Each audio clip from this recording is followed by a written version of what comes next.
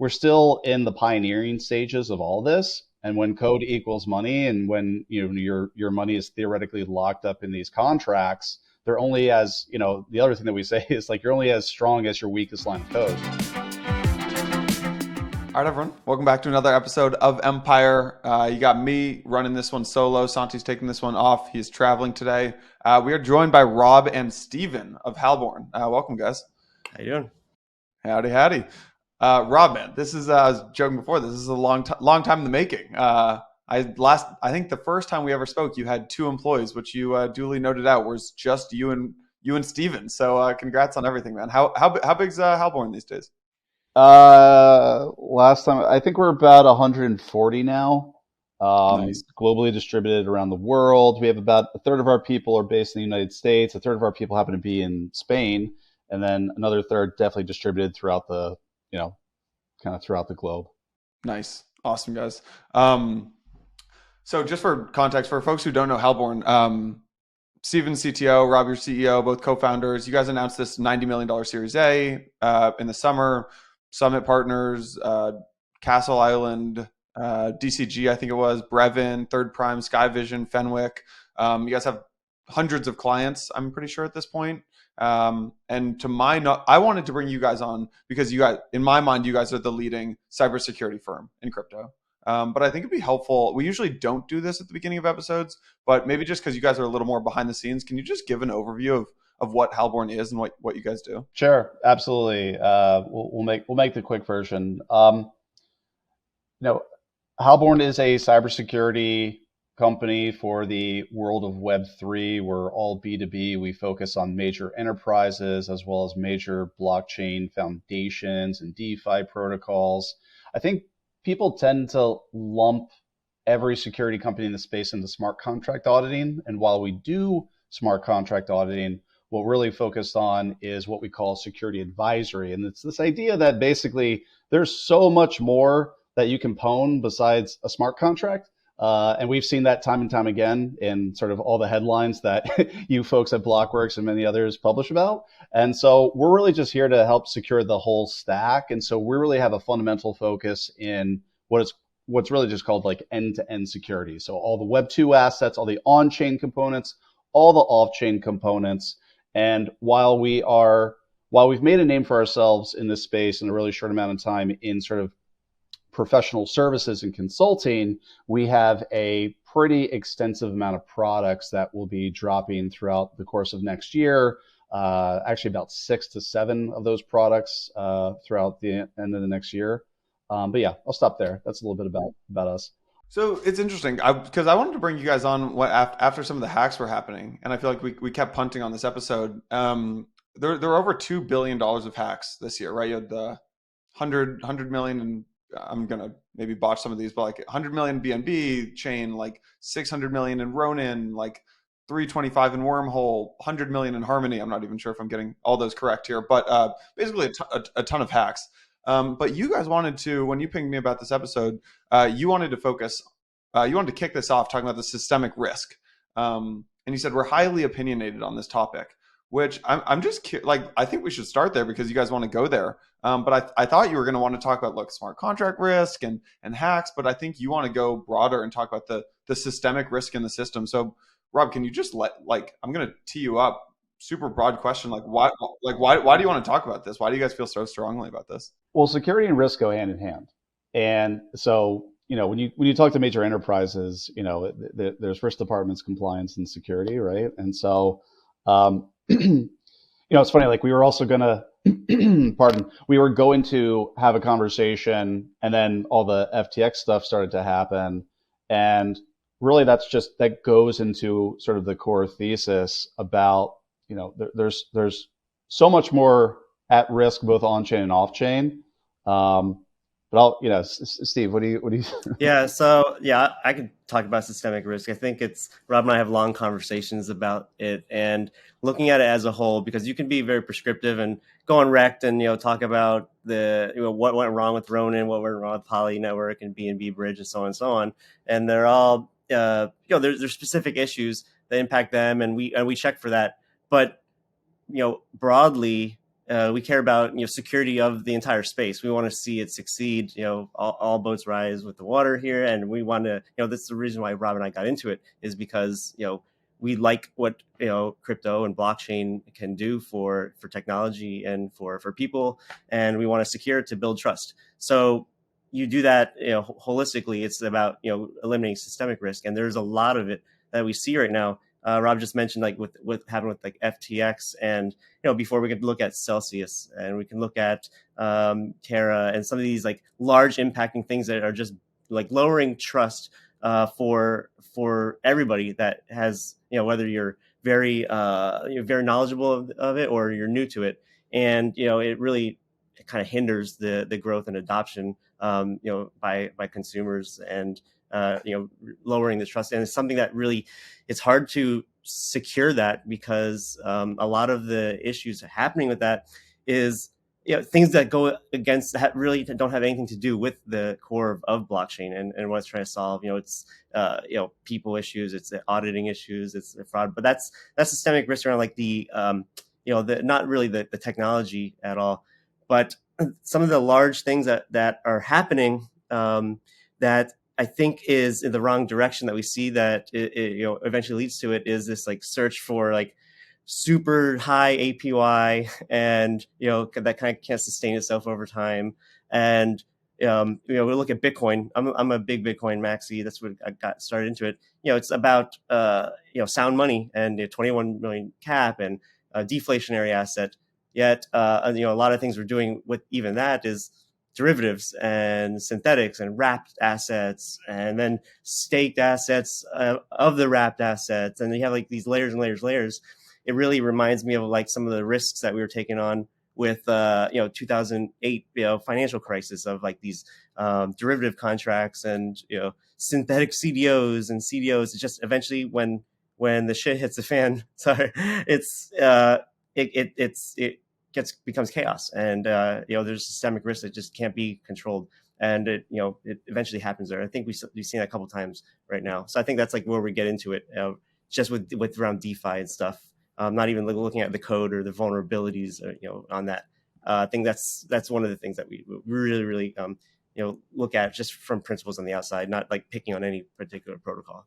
Yeah, we look at it from the foundational perspective. I mean, we really got into Bitcoin for all the purposes that most people on this podcast got into it with. And then we see a lot of the same mistakes happening right now compared to what, Bitcoin came out of 2008 financial crisis. Now all of a sudden we're reinventing this idea of synthetics and cross-chain synthetics and so on. And yeah, it's like we're not learning any lessons there.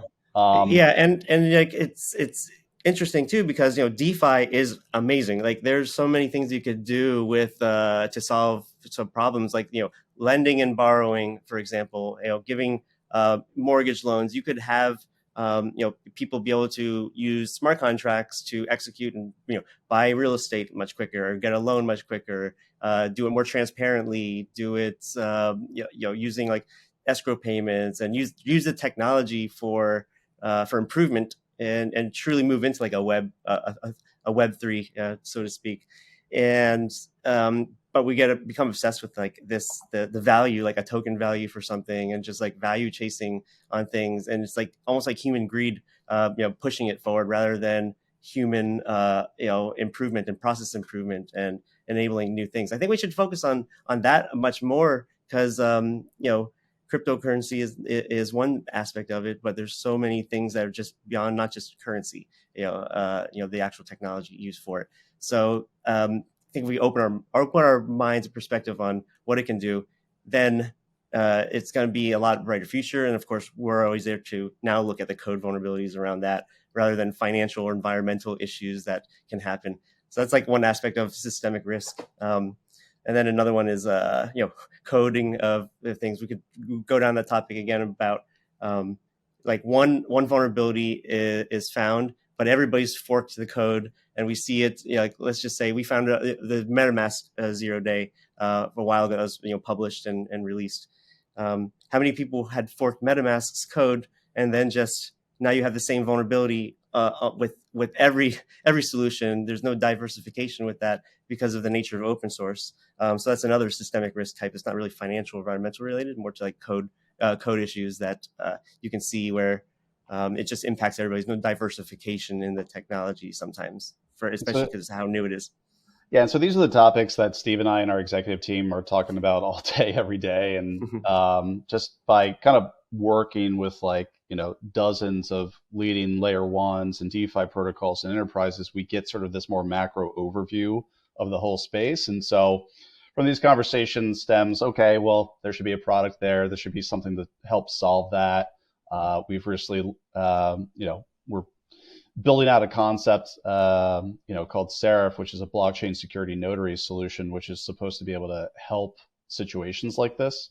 And that's a whole nice topic. So I think Stephen, I think you hit the nail on the head, which is there are really two main issues in the industry, in the industry, I would say. One is on the leverage side of things, and one is on the security side of things. Basically, in bear markets, leverage is probably your biggest nightmare because everything unwinds really, really quickly. So if you even look at like Genesis's loan book, 3 years ago in Q4, they had like 50 million of loans outstanding. Last year in Q4, they had 50 billion, right? 100x, 100x increase. And so that unwinds really, really quickly. And everyone right now is if you look at all the podcasts and the news stories and the Twitter threads, it's like, what's the contagion? And really what people are saying is like, okay, like what's the next domino to fall? I would love to actually focus on the other one here, which is in bear markets, leverage is the biggest nightmare. In bull markets, security and hacks end up being the biggest risk. And it's really obvious why, which is there's so much money going around. Everyone's trying to capture market share. They end up moving really, really quickly, and hacks start happening. And that's why you see a lot of hacks in bull markets, less owned bear markets. At least that would be my thesis. So I'm curious, one thing when I am not technical. So when I look at all these hacks, it really feels like you're playing whack-a-mole, right? I'm like, oh, this bridge hack happened because of this. This bridge hack happened because of this thing. Okay, so then people learn how to solve that. And then it's like, okay, well then this L1 went down because of this issue from 2018. Okay, boom, we solved that. And it's like, it really does feel like playing whack-a-mole. So I'm curious, Stephen, what do you like when you look at the security landscape today? Like what do you think are the biggest issues? What do you like? How do you think things are going today? So yeah, you're right. I love the bear market and bull market thesis because you hit the nail on the head as well. Where during bull market, people are in a rush, and it's not just like developers; it's users as well. So I think the two biggest issues on the user side is just awareness. People are excited. They don't know what to trust. They just want to like get, they're FOMOing and they just like will go anything. So it's like social engineering, phishing. We see so many ICO, like, Twitter, Telegram, like chat rooms of like fake tokens or duplicating that, and they lose their money right away. And they're not, doing their research. They're getting scammed, losing their private keys. And it's just, user awareness, which is not dissimilar to like normal security, for people. On the developer side, which is what we interact with more because we're auditing and doing the reviews of the code and the technology solutions. It's developers trying to go to market faster, rushing through code. And again, that systemic risk too of reusing something that may be vulnerable and just like, okay, well, it's a ERC20 contract. Everybody uses it. It should be fine. And then all of a sudden you see like an issue in ERC20. It's like, oh crap. And now everybody's there. Now like, everybody's affected for it. And because in relation to, the normal like Web 2 world, it's still new. It's still small. And we're finding, issues that are very novel and like 0 days very often. That's why it seems like whack-a-mole. It's like, okay, this is a new issue we've never seen before, and that's a new issue we've never seen before, and we have these new classification of issues that have never seen before. Security has a thing called like OWASP top 10, and it's like the top web vulnerabilities, like SQL injections, and it's almost like oh, that's boring now because you just like you see it all the time. And here it's like the top 10 is defining brand new things that like we have like our own categories we use internally that are very very novel, and we're like, oh my god! So like, here's integer sanitation for Rust buffers, and we're like, okay, that's how do we classify that? I don't know. And so it because it's moving so fast. You can't take security for an afterthought because people's money is like on the line right away. Everything moves extremely fast, including hacks. And in traditional security, if you find a vulnerability or you phish somebody, you're inside the network, you're moving around, you finally, like after maybe like a week or a month, you extract credit cards from like the database. Here, you miss one line of code and there's one flaw. Some very creative hacker finds it, they can immediately extract millions of dollars and just get away with it. So the stakes are way higher, the timeline's way faster, the security issues are way more unique and unresearched, and it requires a lot of time and attention from engineers and people like us to do research and work with developers to think about logically how what could go wrong with this stuff and think like a hacker.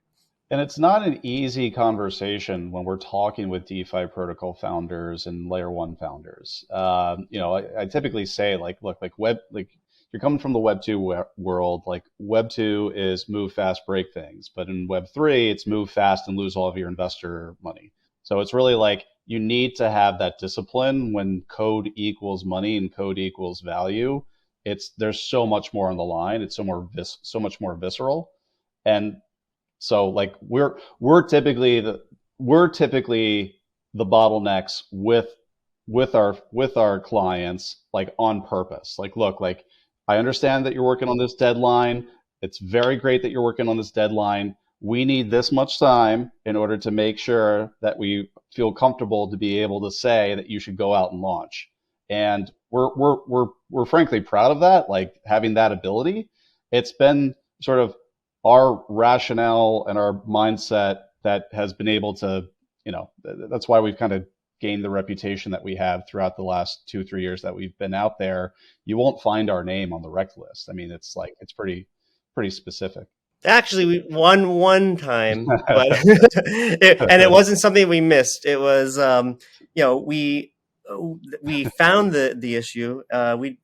They just chose to accept the risk. They accepted the risk. Yeah. And nobody, most people don't read the report. There's like, oh, hacked. They audited it. That's it. It's like, but we found it. We should be. Yeah. So. It's listed right there for all the black. It's literally listed right there for all the black hats to go out and pwn because we found it. The person just, Yeah.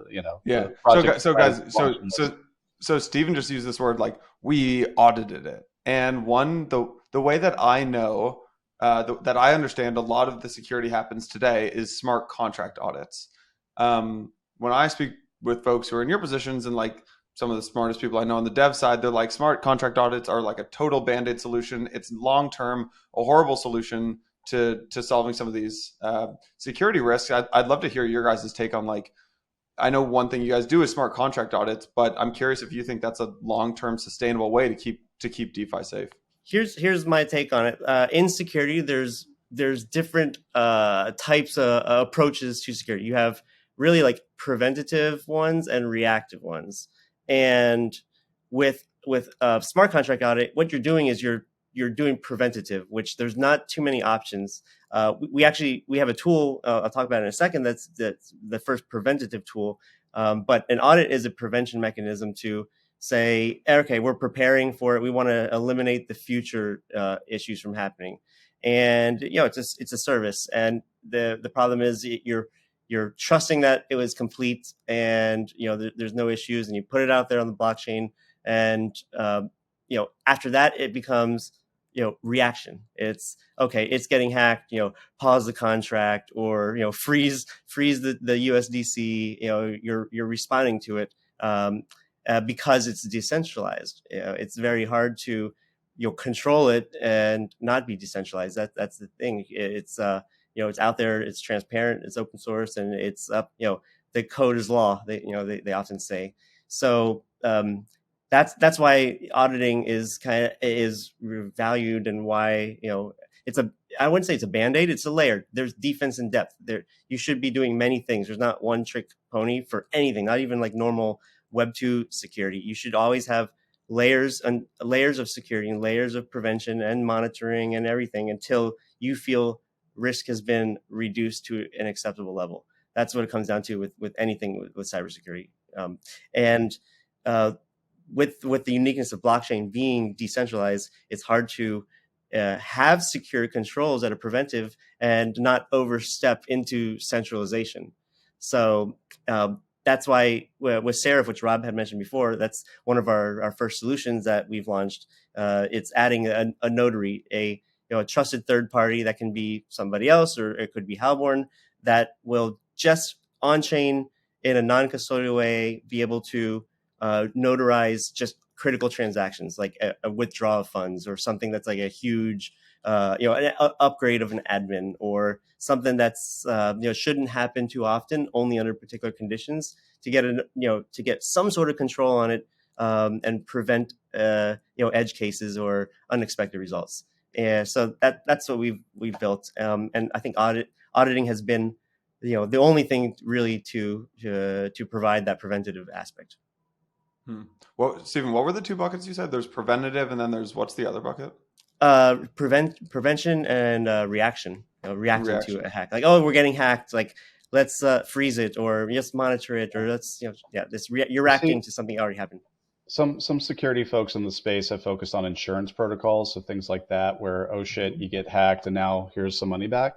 So that's an example of a reactive solution.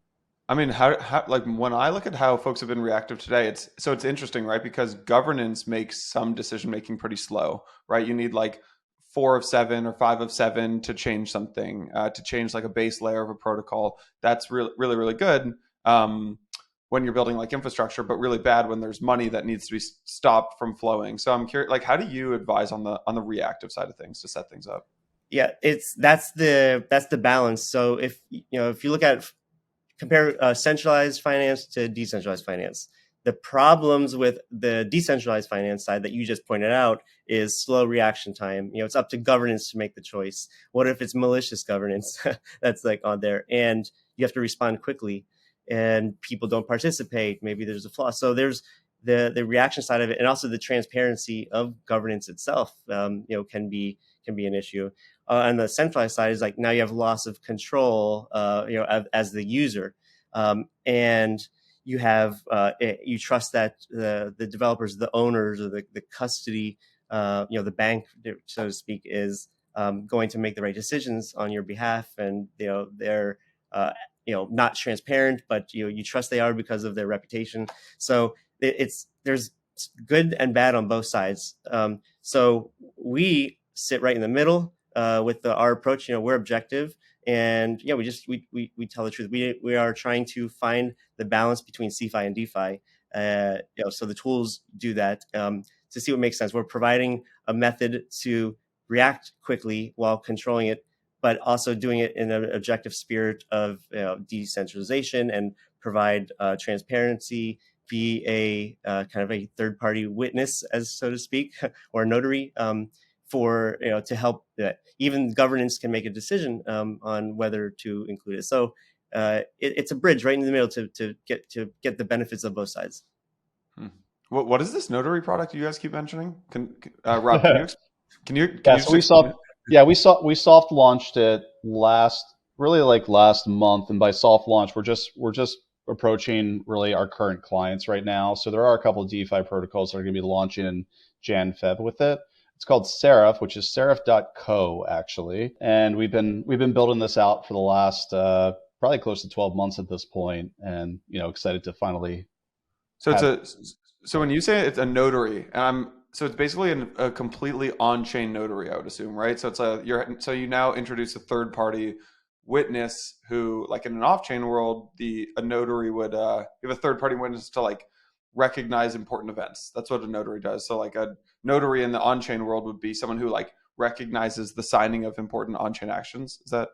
Yep. Think of it Yes. as a transactional level audit as well. Like it's on chain. It's not a multi-sig signer, for example. Like you said, like 5 of 7 signers. Like what if the on chain action is to change it from 5 of 8 signers and they upgrade the amount of signers there. Maybe that actual function can be notarized by a trusted third party, and that trusted third party can be any Seraph notary. So it's a way to only pick in advance, like identify the functions, like an emergency withdrawal. Say that we should never take all the money out of the vault for whatever reason unless this happens. So that's like a run book, like an incident response playbook that you meet the expected logical conditions or business reasons. So you say, okay, this is like the break glass situation where we would use it. We're going to protect that function. If it's ever executed, then the notary gets alerted. They look at the call data or they look at the reasons why. And if it meets, okay, this isn't like going to Tornado Cash. It's not a hack. It's approved on chain, and then it executes, just like it does a normal transaction. And this would be like the implementation would just be you add some lines of code to a smart contract. Yep, exactly. Yeah, the technical term would be to add a modifier to the, just like we have only, non-reentrancy and safe math, all of these like libraries. Right. It's another contract you import and only owner or with Seraph, pretty much. And then I'm assuming you can define things that you want to allow or not allow. Mm-hmm. Yep, exactly. Interesting. Very cool. All right. So Rob, so I want to, 10 minutes ago, you mentioned insurance. You're like one of the ways that folks have been, unless there's anything else to add on Seraph, but I'm assuming we'll talk about it throughout the conversation. But on the insurance side of things, we have not been able to achieve a big insurance company or protocol or fund, and different people have tried to do insurance, like Maxis Mutual tried to do this. Can you just tell me how insurance has gone in crypto, and do you see insurance being something that pops, like on-chain insurance being something that pops up in the next cycle, or it's just too hard? Like, what's your thesis on insurance?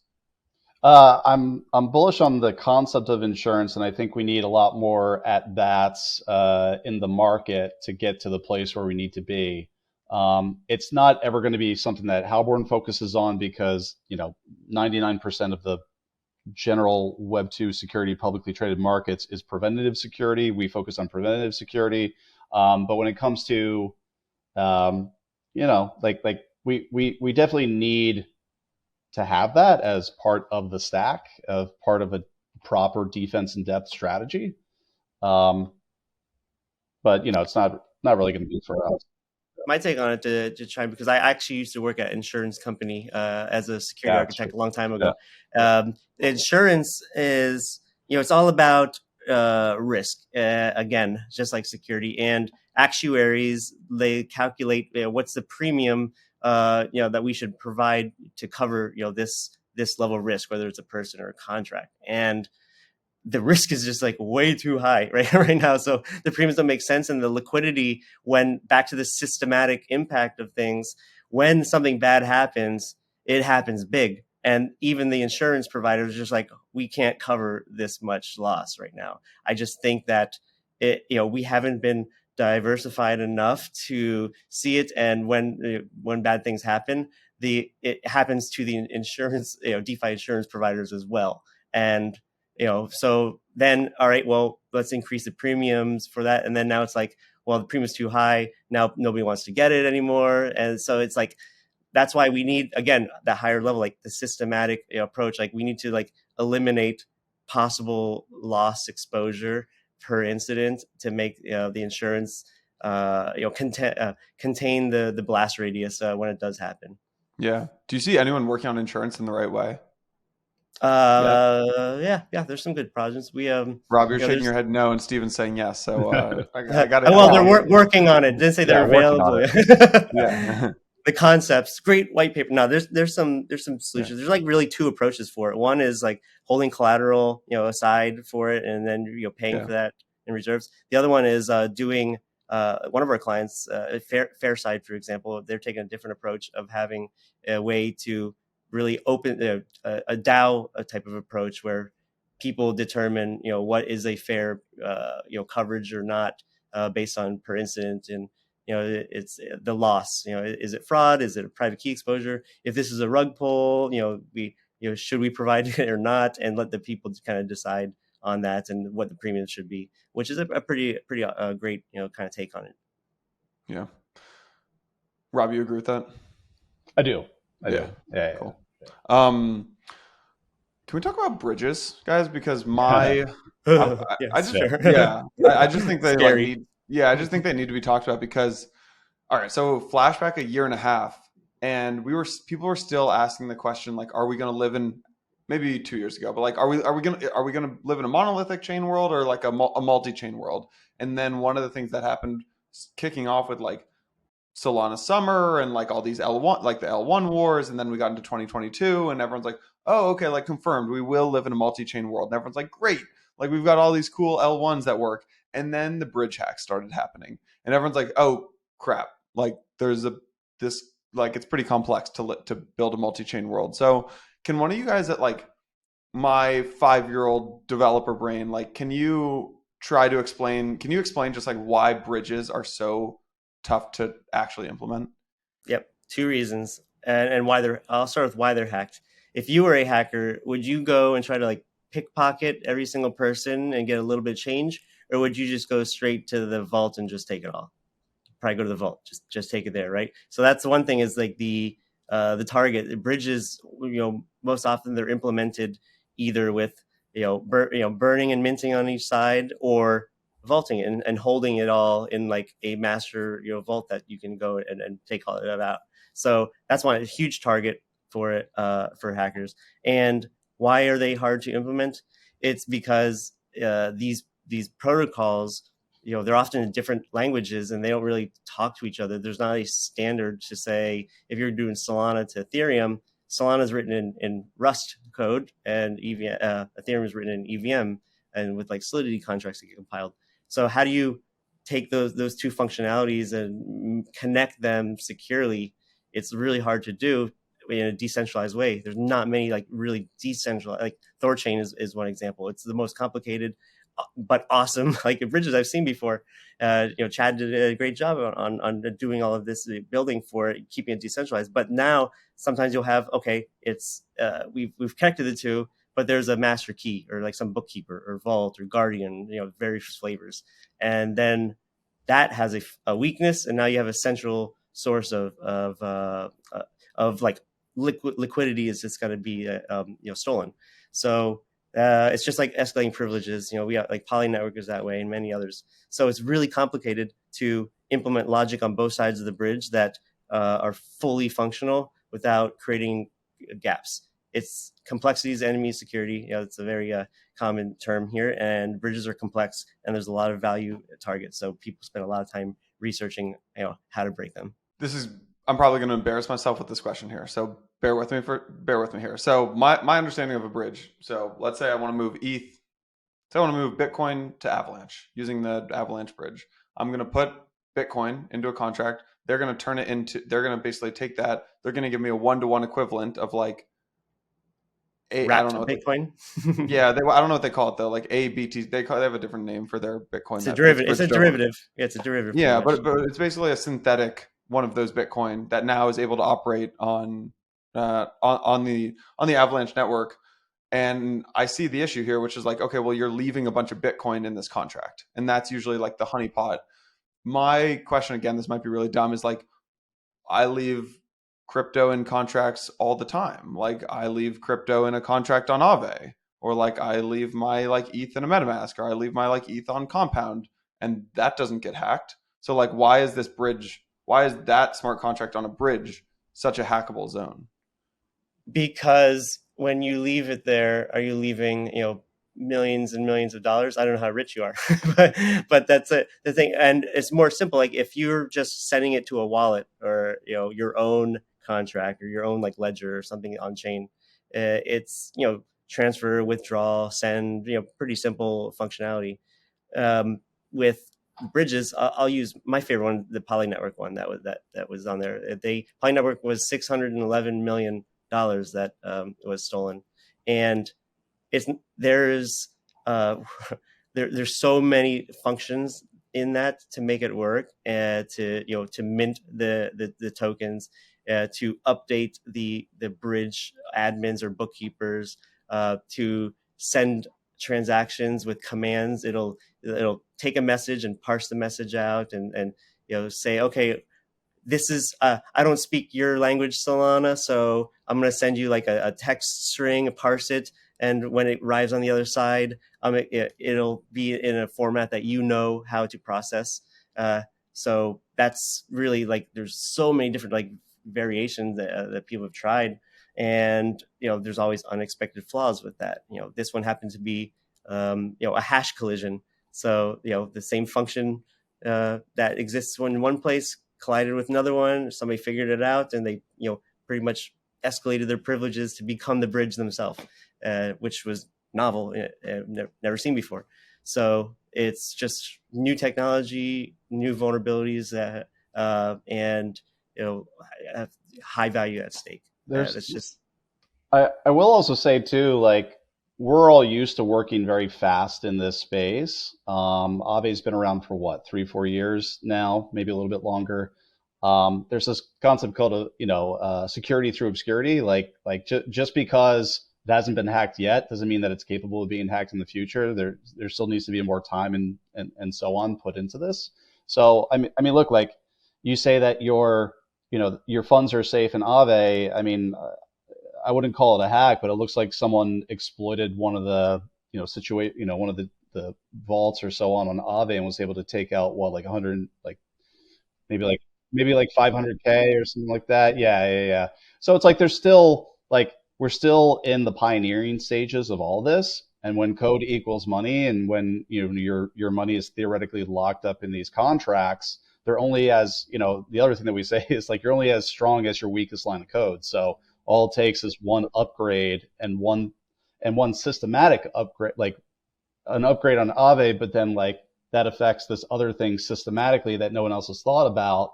That's actually that once again, going full circle, goes to the concept of systematic risk that actually is involved with having your money on Aave. And here's another thing too, to touch on your example of like having a Bitcoin and then like a wrapped version or synthetic version of that. So when you do this, the only way to redeem it, or you're essentially making it an IOU, saying like, I'm going to use this representation of this here. You have essentially double the amount in two environments. Just you can't do something with one on one side. If something happens to that bridge and you can't cash in your IOU, like, then what? You're stuck with a synthetic that's like worthless, and on the other side, it's just locked in the blockchain or stolen. And now it's either you have double money or you have nothing. So that's where like the synthetic part of the world is just very, very risky. And we saw this again. Talked about earlier the financial crisis. Back then, you had complex financial models like mortgage-backed securities and CDOs, and synthetic assets like swaps and options contracts, and you had leverage, you had volatile collateral with like loans that were being to high-risk people, and in DeFi you see that again. We have complicated financial models with staking and APY. You have synthetic assets like wrapped assets and liquid staking assets. You have leverage, like even more ridiculous leverage than we've seen, and way like higher APY expectations on that. And when it all like unwinds, when there's an issue, that all that over leverage and people try to get out through the bridge or redeem it, it just can lock up. You have everybody's trying to rush for exit door at the same time, and it's like the window's like that small. Yeah, and this is all happened in recent memory. I mean, with the FTX stuff, what was it? Please don't quote me here, but I believe it was something like Solet Bitcoin, or like something on the Bitcoin derivative on Solana, completely depegged and was completely like, really worthless. But then also when the wormhole hack happened, none of the synthetic Ethereum that was sitting on the Solana blockchain was backed by anything in that moment as well. So even in recent memory, in recent history, we see pretty large scale versions of it that the industry then comes in. Like, it's then the centralized world that has to come in and like, all right, no, actually, here's all the Ethereum back. It's actually worth something now. And it's just the amount of liquidity is small in comparison to things like allegedly, I don't know for sure, nobody knows for sure really, like gold, for example, trading gold. Like, if you trade gold like GLD or something on the stock market, and you're supposed to own gold, but you don't really own the gold. And if everybody at once said, I want my real gold, I'm cashing in my GLD, IOU, is there enough gold in Fort Knox to give that to everybody, or is there more? And can they control price with that, by making speculation, you never know, but it's the same thing as doing it. Is like you're hoping that there's enough collateral available to provide in times of crisis, and that's what leads to the cost. All right, so let me get back to this Poly network hack, actually, because I think it's so my understanding of it was you had the ETH cross chain, these like two really high performant smart, or I think you had the two smart contracts. One was like ETH cross chain manager and ETH cross chain data. The ETH cross chain manager was an owner of ETH cross chain data and therefore could execute these privileged functions inside of the ETH cross chain data. I think I'm getting that right. And then there was another issue, which was and there's this field, it was like the method field in the code. Could basically, it was set as user defined, so therefore it could be set at will. User input. It's just like web applications. If when you provide or take in user input, you have to make sure it's sanitized and is not formed. Like code injection is a big thing in Web 2 hacking, or SQL injection. You're inserting, user is inputting SQL code where it shouldn't be, to control the inside of the application. That's what that method was there. The user input method. What happened was Ethereum does something called like hashing, and it'll hash a function call. So what it does, it just takes a small amount of data, and the hacker was able to find a collision with that input to point it to that function that should have not been able to be executed or accessed. And that's what that it was put con. I think it put epoch con pub bytes or whatever. That was the name of it. Which then demands the attacker's public key to be registered as the keepers, and that, right. So that okay. Basically, what I'm trying to get at here is less of like, how did this Poly network hack happen? But when I see this, I'm like, again, it just feels like there's whack-a-mole. And like one thing that's really cool is that DeFi has gone like, okay, all these CeFi platforms are down, and everyone's like, the narrative, and even I say this is like, well, look what operated really well is DeFi went really well. And on the leverage side of things, DeFi's got there are two, on the leverage side of things, on the capital markets front, DeFi's gone really well. I know, Rob, you were mentioning Aave, but that's pretty minuscule problem that Aave had, I'd say, in comparison to some of these CeFi platforms like the BlockFis and Celsiuses of the world.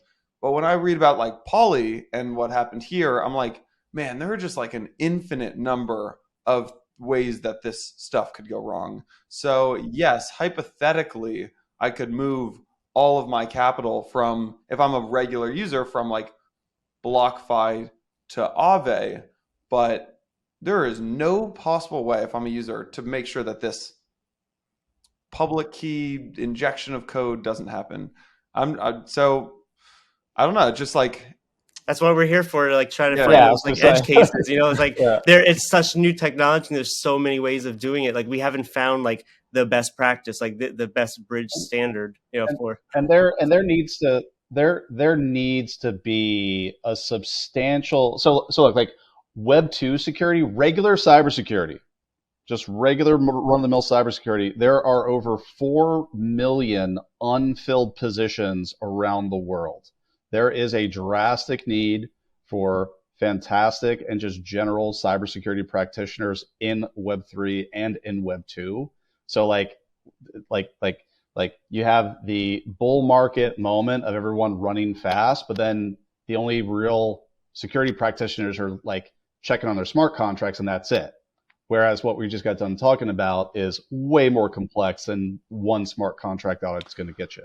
So when you go public, when you're a public company and when you become public, you have to go through all these, like, you have to basically go through all of these checks. So like you have to register with the SEC, like you now have a security, you have to get audited, you have to report quarterly financials, you have earnings, you have an S1 when you go public, like all that kind of stuff, right? Do you think that we end up living in a world where once your TVL, I know TVL is a bad metric, but like once your TVL reaches 100 million, you have to basically you have to do a certain set of things? Or do you think this will basically be completely user defined, where if I'm, so like Aave and Compound are competing, Aave has all these, basically Aave works with Halborn, Aave uses Seraph, like all these things, then like the user's just going to end up picking Aave. How do you think this ends up looking?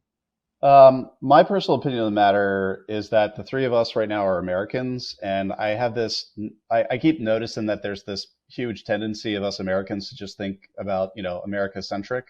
And when you have a DeFi protocol that touches every aspect of the world, like it's going to be very, very, it is going to be a game of whack-a-mole of like all of the different jurisdictions are going to have their different kind of regulations that they start throwing into the mix. It's really just going to be on us as a community to kind of come together and create standards. And if there is some sort of standardization, and frankly, like that tends to happen in the form of the market just working its way out. And like we're still very, it's like we're very early. This is still early days in general. And over the next decade, hopefully the community has enough bruises on its face to realize that, hey, we should probably be asking this of a DeFi protocol. We should probably be asking this. And the more that we can come together to create standards together, the less the regulators are going to be able to kind of do guesswork like that. Now, that being said, as an American, I do actually hope that regulators can kind of get their heads around some of this and pass some form of good regulation. That being said, I'm extremely reluctant. Like, Steve and I, we all deal with it all the time. Like, they're just trying to wrap their heads around Bitcoin still. So it's going to be very, very difficult. Yeah. I think that the standards and regulations and policies, you think of them as three different things. I think standards is going to be the best thing for code security in like a global perspective, where you have IEE right now. They make standards. Like everybody adopted a certain the way a 20-volt plug works, or like the UPC barcode, that Bluetooth versus HD DVD, like which one becomes like the most used and people kind of gravitate towards. So we could build DeFi standards, and like OpenZepplin's a great company that made some like smart contract standards that are used as templates and built out, and they've been vetted and they've been used and trusted and tested. There could always be risks in that as well in the future, but when we have standard approach to security from that whole defense in depth, again, from the code standards of the language, the proper use, the role-based access controls, the way to separate maybe value at risk from user inputs, and all the way out to proper distribution of the environment. So controls around the DeFi composability. So with Aave, like lending and borrowing, it's what are they relying on? Are they distributing like their oracles, price feeds to be diverse enough so it can't be controlled and manipulated by one? Those are standard kind of like thought patterns and code patterns and practices that are still kind of being defined, because we're in the very beginning stages of this development. You guys see a bunch of different languages and ecosystems. What is your take on Solidity versus other languages? I think I think it's been successful because it's the community. It's very easy to understand code. There's tons of tools to support it, and it's just grown because of like the tools available to learn and to adopt it. Rob, were you going to say that? Just ultimately that we admittedly so are typically reactive in that sense. We let the market sort of decide what what smart contract language or coding is really taking off. But for us, we saw Rust really starting to take over a lot of the sort of emerging protocols as well. And so, I mean, without a doubt, all the metrics will show you that Solidity is still kind of here to stay and king now. But there's no reason why in the near future that, it couldn't be Rust or, and funny enough, Steve and I are tracking like governments around the world with like their CBDC initiatives, and we're seeing that a lot of that's being built in C++. So we'll see, we'll see kind of. But we're pretty clear on like we want to be able to still specialize, and so there are plenty of protocols and languages that like the entity of Halborn like won't touch, and like so we just are like really important. It's really important that we just focus and focus on what we're best at. Yeah, and like Ethereum, like Solidity took off because you can do EVM in many different languages. There's Viper, there's Yule, there's FE. Solidity just happens to be the one that people gravitated towards because of the robust tool set to do it. And it's hard to get started with development for this. When you're a coder, you're coming in, even if you're technical, you go research things and you kind of start using things like Remix and Brownie and so on and so on. It's tough to get going, but once you learn it, you don't want to let go. You want to keep on doing that because you're good at it and you understand it. So I think that's just the one that's been kind of like led the race and is pretty here to stay for EVM. We have Zion is an operating system that Halborn made to kind of solve that problem too, like get people started with blockchain.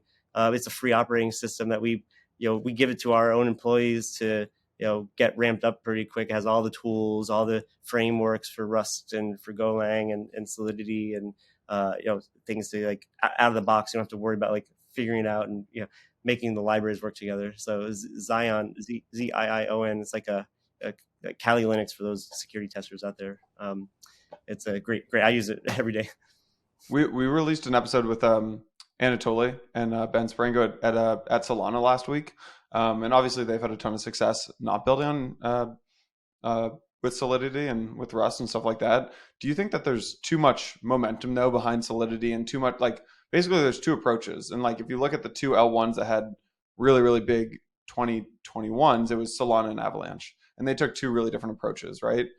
Which approach do you think, like when we look back in 5 years, I'm assuming you work with either one or both of them, so I'm not sure how much you can say, but like when we look back in 5 years, who do you think we will come out as having taken the better approach?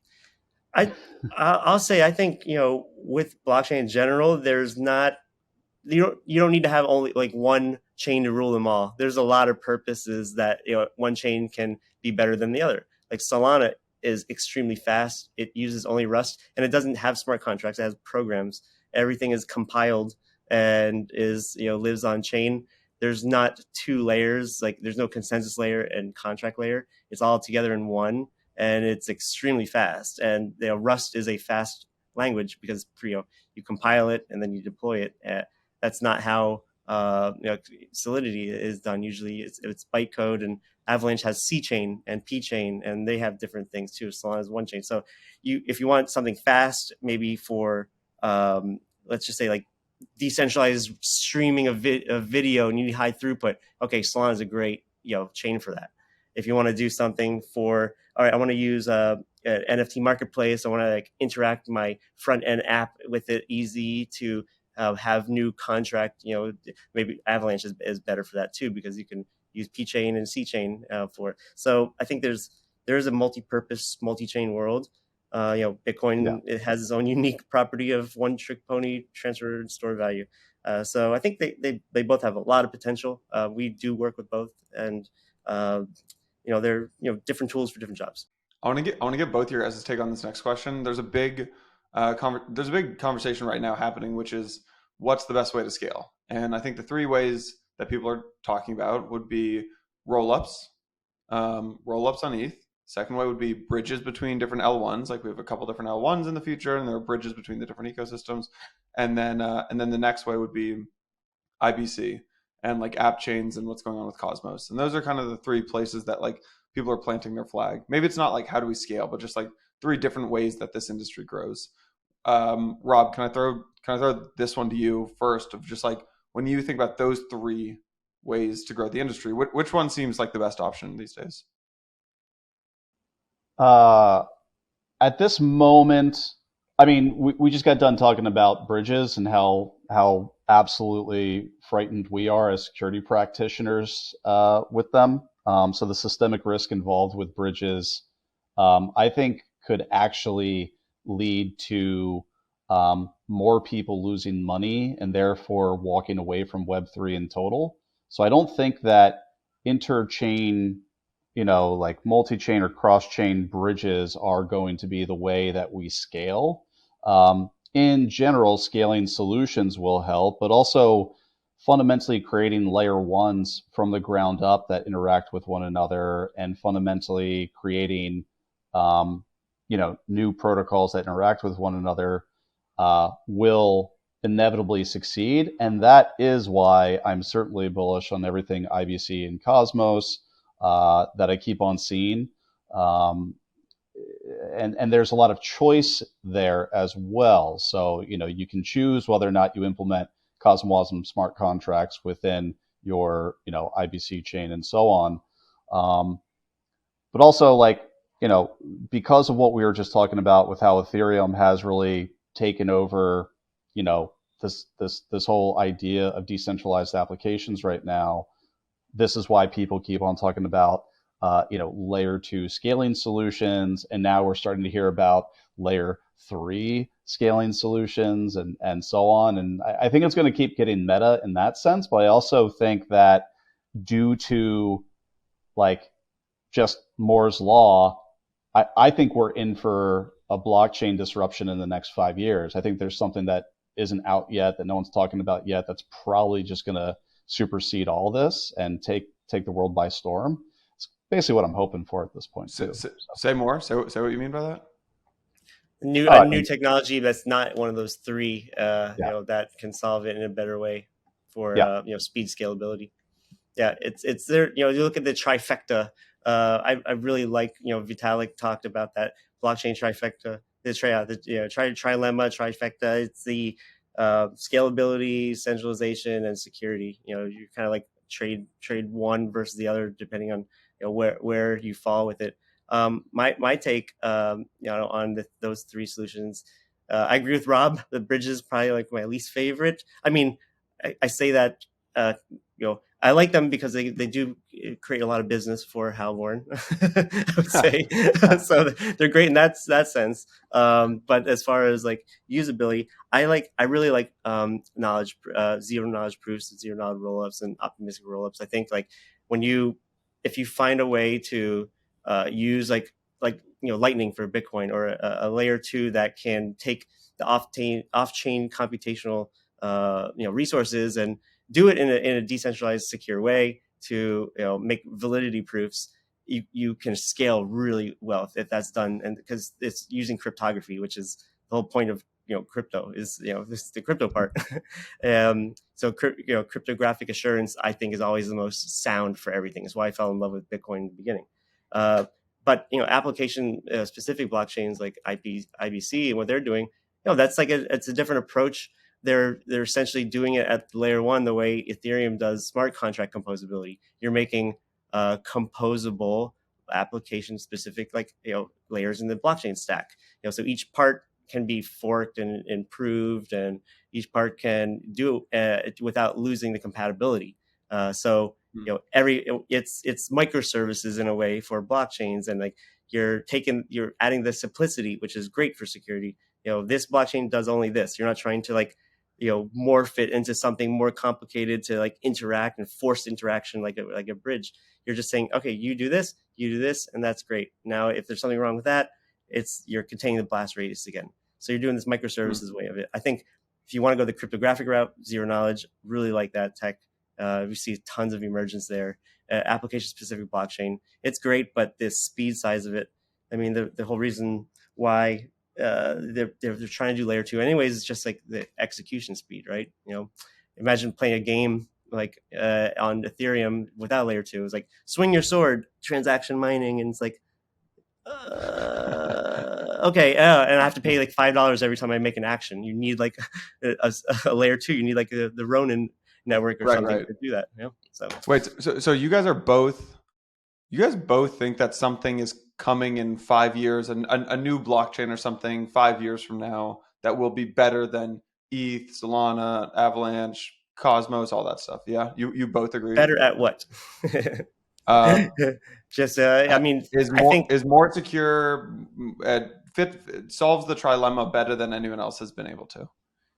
I think that I think there will be either an evolution of something that exists now into, like Ethereum just went to proof of stake, for whatever, whether you view that as an improvement or not an improvement. But they are changing, so it could be one of the existing ones that have emerged and been morphed into something more much better and improved. Yeah. I don't know if you guys can answer this, and this is one, obviously I don't even have to say this at this point, but this is not financial advice. How do you, if you like, that's a thesis I haven't really heard many other folks say on the show. Usually people are like, oh, I love Cosmos, or like, oh, like I'm all in on ETH. Like, how do you guys allocate your personal capital if the thesis is that what the space currently looks like today, like none of these are going to be the long-term solutions? Personal capital in crypto? Yes. I like Bitcoin, so and Monero. That's what happens when you see too many hacks and I was going to say, when you sit in our seats and you see kind of like the really ugly version of everything, and just really like how risky things are, and then there's like the war rooms that we get pulled into that no one else ever like really hears about or knows about, where you learn about this. That's why, like, on a personal level, and even like Halborn Treasury related, like we don't touch anything. Like, we are exceptionally risk averse in that sense, but on a personal level, Steve and I are certainly both Bitcoin maxis in that sense. Were you always like that, or did working closely in DeFi make you not want to touch DeFi? I interact with it a bunch. I'm a big NFT collector with Ethereum, and I interact with DeFi plenty, but I'm not going to say that it's like a sizable amount of my my personal savings. Yeah. Oh no, I personally, I am. There's like some token utility thing. If there's like a real use for it, I think I'll be bullish on it. But what I'm not bullish on is when you do anything that goes against the like the principles of why blockchain exists, like self custody, self access. Like I personally don't like to put it into like a central like entities. Like what's the point of even doing it? DeFi if you take the D out. Yeah, but I also take it so that's definitely that perspective, and then again, not financial advice, but like my personal perspective on investing in the space will always be like, is there a real business model? Is there a real way for this thing to actually make money? And if it's just a speculative asset pump, it's like there's no way I'm touching it. So you guys don't own much ETH? You're all in on Bitcoin? Changes a lot. No, I say all in. I get comic books too. I got gold, real gold, like a dragon. Steve and I are very, very diversified, but as far as Halborn is concerned, we don't touch any of that. Yeah. Well, we don't have a token yourself either.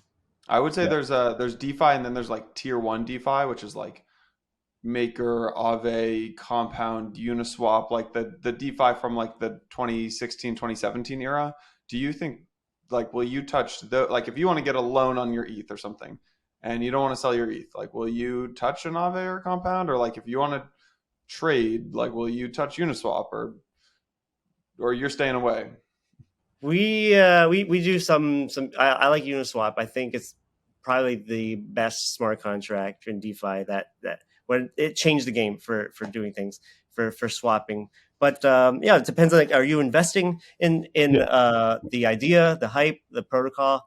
Do you believe in it? I think there's a lot of great, like Rob I'm not saying NFTs, investing. I'm not saying like go buying Aave's token or something. I'm more just saying, like, will you go take a loan? Like, will you, like, let's say you have 100. I would liquidate more on Aave. Like, I would be the liquidator if I want to do something.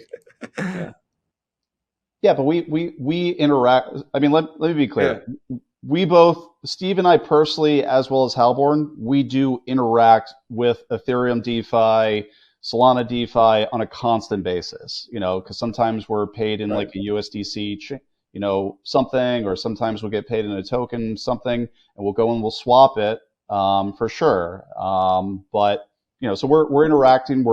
It's important that we are users of the technology that we're trying to understand. The best way to break something is to understand how to build it and take it apart, right? So we do that pretty consistently. So yeah.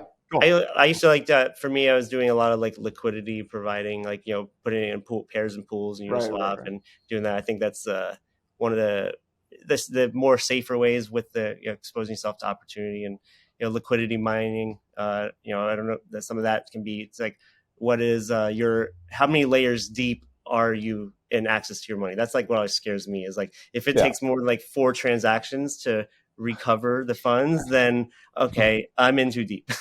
we were doing.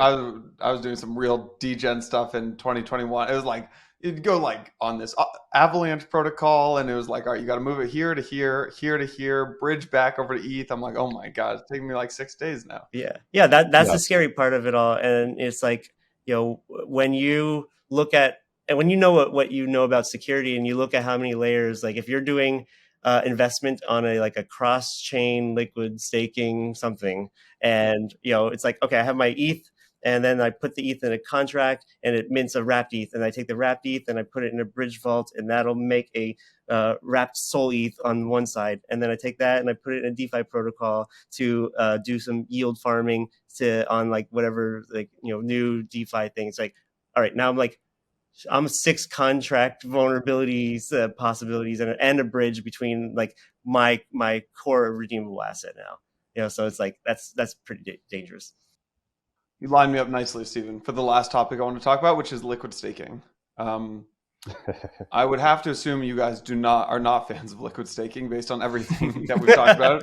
But if I'm right about that, Stephen, tell me about your thoughts on liquid staking. Let's start there.